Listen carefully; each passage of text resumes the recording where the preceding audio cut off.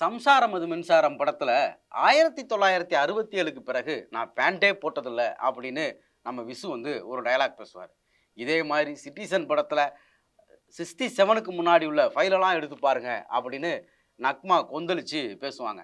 இப்படி தமிழ் சினிமாவில் 1967 பல இடங்கள்ல காட்டுறதுக்கு காரணம் என்ன?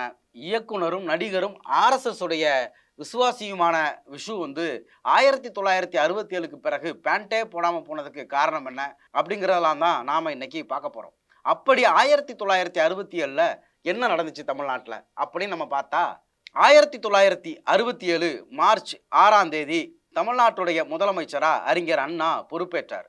இந்தியாவில் முதலாக ஒரு மாநில கட்சி ஆட்சியை பிடித்தது அதுதான். அதுவரைக்கும் இந்தியாவில் பதவியேற்ற எல்லா அமைச்சரவையும் கடவுளின் பெயரால உறுதிமொழி எடுத்து பதவியேற்றப்ப நான் உளமாற உறுதியளிக்கிறேன் அப்படின்னு மனசாட்சியின் மீது ஆணையிட்டு பதவியேற்ற முதல் அமைச்சரவையா பதவியேற்றது அந்த அறிஞர் அண்ணாவுடைய அமைச்சரவை தான். 1949 திராவிடர் முன்னேற்ற கழகம் உருவாகினாலும் அவங்க முதலா தேர்தலில் பங்கெடுத்தது 1957. முதல் தேர்தலிலேயே 15 சட்டமன்ற உறுப்பினர்களும் திருவண்ணாமலை தர்மலிங்கம், நாமக்கல்லிலிருந்து ஈவிகே சம்பத் 2 நாடாளுமன்ற உறுப்பினர்களும் வெற்றி பெற்றாங்க. அடுத்து வந்த 1962 தேர்தலில் 15 50 மாதிரி 50 சட்டமன்ற உறுப்பினர்களும் 8 நாடாளுமன்ற உறுப்பினர்களும் வெற்றி பெற்று அவைக்கு போனாங்க. தாம் பங்கெடுத்த 3வது தேர்தலிலேயே 174 இடங்களில் போட்டியிட்ட திமுக 137 இடங்களில் வெற்றி பெற்றுச்சு. திமுகவுடைய கூட்டணியில் கிட்டத்தட்ட போட்டியிட்ட சுதந்திரா கட்சி, சிபிஎம், மார்க்சிஸ்ட், பிரஜா சோசலிஸ்ட் பார்ட்டி, இந்திய யூனியன் முஸ்லீம் லீக்கு, சமயுக்த சோசலிச பார்ட்டி, இப்படி எல்லா கட்சிகளுமே தங்களுடைய சீட்டுகளுடைய எண்ணிக்கையை அதிகரிச்சிருந்தாங்க. 232 இடங்களில் போட்டியிட்ட காங்கிரஸ் முந்தின தேர்தலில் வெற்றி பெற்றதை விட 84 இடங்களை இழந்து 51 இடங்கள் தான் வெற்றி பெற்றுச்சு. அண்ணாவுடைய அந்த அமைச்சரவையில் நாவலர் நெடுஞ்செழியன், கலைஞர் கருணாநிதி, கே.ஏ. மதியழகன், ஏ. கோவிந்தசாமி, எஸ்.ஜே. சாதிக் பாஷா, சத்தியவாணி முத்து, எம். முத்துச்சாமி, எஸ். மாதவன், என்.வி. நடராஜன் இவங்கெல்லாம் தான் முதல் உருவாகின அந்த அமைச்சரவை. 2 ஆண்டு காலத்தில் அண்ணா நிகழ்த்தின சாதனை தான் விசுவுக்கு இன்னைக்கு வரைக்கும் 1967 ஒரு ஒப்பாத வருடமாகவும் அப்படின்னு கதெல்லாம் எழுதுறதுக்கும் முக்கியமான காரணமாக இருந்துச்சு. அது வரைக்கும் சமுதாயத்துக்கு தேவையான சீர்திருத்தத்தை முன்மொழியக்கூடிய, கோரிக்கையாக வைக்கக்கூடிய, போராட்டங்கள் நடத்தக்கூடிய இயக்கமாக இருந்த திராவிட முன்னேற்ற கழகமும் அதுக்கு தலைமை தாங்கி நடத்தின அறிஞர் அண்ணாவும் இந்த முறை செய்து காட்ட வேண்டிய இடத்துக்கு நகர்ந்திருந்தாங்க. அந்த சவால்களை அண்ணா எப்படி எதிர்கொள்ள போறாரு அப்படிங்கிறத தமிழ்நாடே வியப்பா பார்த்துக்கிட்டு இருந்துச்சு. கர்ம வீரர் காமராஜர் திராவிட முன்னேற்ற கழகத்துடைய வேட்பாளர் மாணவர் தலைவரான சீனிவாசன் கிட்ட தோல்வி அடைந்த பொழுதும் இது ஒரு புதிய ஆட்சி, இந்த ஆட்சியை 6 மாதத்துக்கு நான் விமர்சிக்க மாட்டேன் அப்படின்னு சொல்லி இவர்கள் ஆட்சி செய்கிறதுக்கான வெளியே கொடுத்தார்.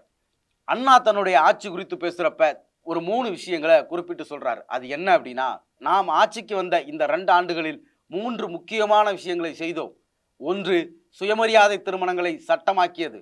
இன்னொன்று, தமிழ்நாட்டில் இருமொழி கொள்கையை நிலைத்திருக்க வைத்தது.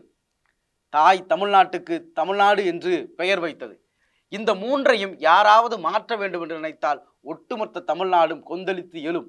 அந்த அச்சம் இதை மாற்ற நினைப்பவர்களுக்கு இருக்கும்.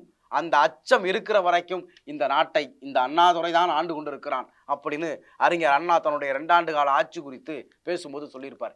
இன்ன வரைக்கும் தமிழ்நாட்டுடைய பெயரை மாற்றுவதற்கு அதை தமிழ்நாடு இல்லை தமிழகம்னு சொல்லலாம் அப்படின்லாம் யாராவது பேசுனாங்க அப்படின்னா உடனடியாக தமிழ்நாட்டில் அதற்கு ஒரு தீவிரமான எதிர்ப்பு வர்றதுக்கான காரணம் இன்னும் இந்த நாட்டை அண்ணாதுரை தான் ஆண்டு கொண்டிருக்கிறார் அப்படிங்கிறதுனால தான். அண்ணா செய்த மிக முக்கியமான விஷயம் தமிழ்நாட்டுக்குடைய இலச்சினையை வடிவமைத்தது.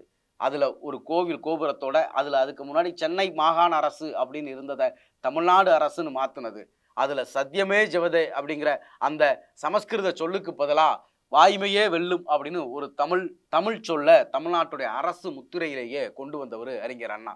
அதே மாதிரி நீண்ட போராட்டம், தமிழ்நாட்டிற்கு தமிழ்நாடுன்னு பேர் வைக்கணும் அப்படின்னு சங்கரலிங்கனார் உண்ணாவிரதம் இருந்து உயிர் விட்ட அந்த கோரிக்கையை, அன்னைக்கு உங்களுடைய கோரிக்கையை நாங்கள் நிறைவேற்றுவோம் அப்படின்னு சங்கரலிங்கனார்கிட்ட கொடுத்த வாக்குறுதியை அண்ணா நிறைவேற்றினார்.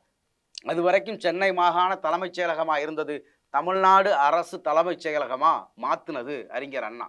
அண்ணாவுடைய ஆட்சி அப்படிங்கிறது இந்த 3 விஷயங்களையும் தாண்டி இந்த அரசு ஒரு சாமானியர்களுடைய அரசு அப்படிங்கிறத மக்களுக்கு புரிய வச்சது. அதுவரைக்கும் தலைமைச் செயலகமோ, மந்திரிகள் அலுவலகமோ, சட்டமன்ற உறுப்பினர் அலுவலகமோ எட்டாத கனியாகவும் தூரத்திலிருந்து மக்கள் பார்க்கக்கூடியதாகவும் இருந்ததை தாண்டி எளிய மனிதர்களும் புழங்கக்கூடிய வெளியா எளிய மனிதர்களும் புழங்கக்கூடிய வெளியா தமிழ்நாட்டுடைய தலைமைச் செயலகமே மாத்துனதுல அறிஞர் அண்ணாவுக்கு முக்கியமான பங்குண்டு. ஆட்சி அதிகாரம் அப்படிங்கிறது மக்கள் நம்மளை நம்பி கொடுத்தது, அதை நாம சரியா பயன்படுத்தணும் அப்படின்னு ரொம்ப தெளிவா அந்த ஆட்சியை அண்ணா நடத்தினார். திராவிட இயக்கத்துடைய அடிப்படையான கொள்கைகள் எல்லாத்தையும் தீவிரமாக பின்பற்றக்கூடிய, அதை செயல்படுத்தக்கூடிய ஒரு அரசாவும் அந்த அரசு இருந்துச்சு. அண்ணாவுடைய அந்த அரசு குறித்து பெரியார் பேசுறப்ப, நான் இந்த ஆட்சி அமையக்கூடாது என்று பிரச்சாரம் செய்தேன். இவர்கள் பெருங்காயம் இருந்த டப்பா இப்பொழுது வெறும் டப்பாவாக இருக்கிறார்கள் என்று நான் பிரச்சாரம் செய்தேன். ஆனால் இவர்கள் ஆச்சாரியாரோடு கூட்டணி அமைத்து தேர்தலில் சந்தித்தாலும் சபாநாயகர் தேர்தலுக்குள்ளாகவே அவர் இவர்களுக்கு எதிராக போராட துவங்கிவிட்டார். நாம் இதுவரைக்கும் பார்க்காத ஒரு ஆட்சி இங்கு அமைந்திருக்கிறது. புத்தர் கூட கொடுக்காத ஆட்சியை நமது அண்ணா நடத்தி கொண்டிருக்கிறார் அப்படின்னு பெரியார் தேர்தல் வாக்குறுதியில அவங்க கொடுத்த முக்கியமான வாக்குறுதி படியரிசி அப்படிங்கிறது. அன்னைக்கு இருந்த நிதி நிலைமையில சென்னையிலையும் கோயமுத்தூர்லையும் படியரிசி அப்படிங்கிறத அண்ணாவுடைய அரசு அமுல்படுத்திச்சு.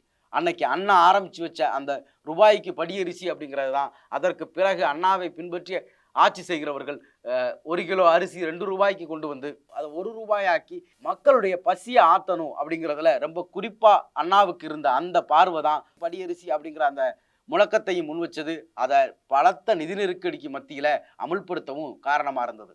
இன்ன வரைக்கும் தமிழ்நாட்டில் தேசிய கட்சிகள் தலை தூக்க முடியாமல் போனதுக்கும், தமிழ்நாடு கடந்த 57 ஆண்டுகளா கல்வி, பொருளாதாரம், வேலைவாய்ப்பு, சுகாதாரம் இது எல்லாத்துலேயும் இந்தியாவை விட முன்மாதிரியா இருக்கிறதுக்கும் காரணமான ஆட்சி அமைந்த நாள் தான் இந்த மார்ச் 6 அப்படிங்கிறது. இன்னைக்கு இந்தியாவில் பல மாநிலங்கள் தங்களுடைய மாநில உரிமைகளை கோர்றதுக்கு காரணமாக இருந்தது 1967 இங்கே அமைஞ்ச அறிஞர் அண்ணாவுடைய அரசு. மாநிலத்துடைய நிதி பற்றாக்குறை, நிதி பகிர்மானங்கள் குறித்தெல்லாம் இன்னைக்கு இந்தியாவில் பல அரசுகள் பேசுது, பல மாநிலங்கள் பேசுது. இதையெல்லாம் 1967 அண்ணா பேசினார். அண்ணா முதலமைச்சராக இருக்கும் பொழுதே சேலம் உருக்காலையை நாமளே நடத்த வேண்டும், மாநில அரசே பொதுத்துறை நிறுவனங்களை நடத்த வேண்டும் அப்படின்னு அப்பவே பேசினார். இப்படி இந்தியாவில் இருக்கக்கூடிய பல்வேறு மாநிலங்களுக்கு முன்னுதாரணமான ஒரு அரசா, ஒரு மதச்சார்பற்ற அரசா, கடவுளின் பெயரால் உறுதியேற்காமல் மனசாட்சியின்படி உறுதியேற்ற ஒரு அரசா, அது வரைக்கும் கதர் சட்டைக்காரர்களும் பண்ணையார்களும் வலம் வந்த தமிழ்நாடு தலைமைச் செயலகத்தை சாமானியர்களின் இடமா அண்ணாவுடைய ஆட்சி காலம் தான் மாத்துச்சு. மாநிலங்களுக்கும் ஒன்றிய அரசுக்குமான உறவு ஏதோ தலைமை கழகத்துக்கும் கிளைக்கழகத்துக்கும் இடையிலான ஒரு கட்சி உறவு மாதிரி இருந்ததை முறைச்சி ஒரு மாநிலத்திற்கும் பல மாநிலங்களை கொண்ட கூட்டாட்சி ஆளுகிற ஒரு அரசுக்குமான உறவா மாற்றி உரிமைகளை கேட்கிற அரசா இந்தியாவில் முதல்ல ஒரு மாநில அரசை உருவாக்கியவர் அறிஞர் அண்ணா. 1920களிலிருந்து பேசி கொண்டிருந்த திராவிட இயக்கத்தின் சித்தாந்தங்களை, மொழி உரிமையை எல்லாவற்றையும் நடைமுறைப்படுத்துகிற ஒரு அரசா திராவிட முன்னேற்ற கழகத்துடைய அரசு 1967 அமைஞ்சது.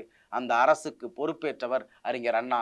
அந்த அரசு அமைந்த நாள் இன்று மார்ச் 6.